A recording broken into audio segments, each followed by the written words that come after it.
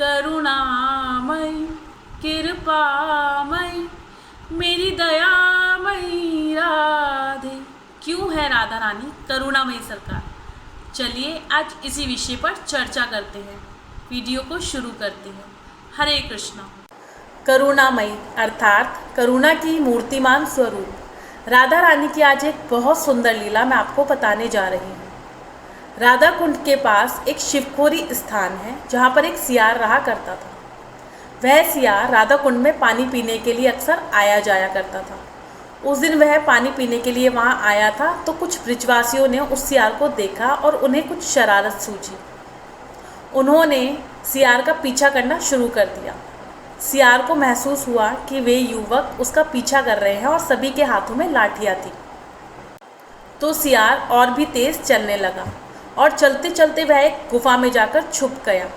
युवकों ने उसका पीछा करते करते देखा कि सियार एक गुफा में जाकर छुप गया है। उन्होंने क्या किया कि वहाँ पर गुफा में बाहर से आने जाने का बस एक ही रास्ता था।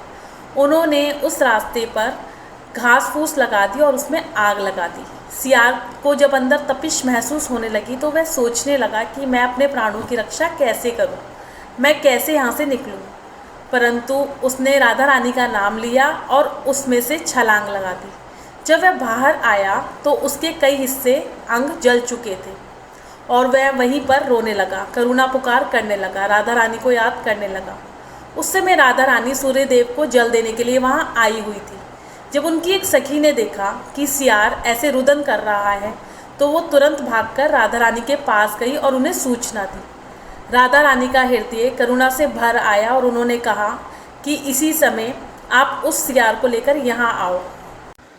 जब सियार को लेकर सखी वहाँ पहुँची तो राधा रानी की आंखों से अश्रु बहने लगे और वो रोने लगी। उनका गला भी भर आया। वो बोली कि मेरे होते हुए राधा कुंड में एक निर्दोष जीव की ऐसे कैसे हालत हो सकती है, ऐसी दशा कैसे हो सकती है। सियार भी राधा रानी को देखकर उनके चरणों में नतमस्तक हो गया और करुणा पुकार करने लगा और तेज तेज रोने लगा। तो राधा रानी को उस सियार पर बहुत दया आई। उन्होंने उसे अपने पास बिठाया, प्रेम पूर्वक उसके मस्तक को सहलाया और मधुर वाणी से उसे सांत्वना देने लगी।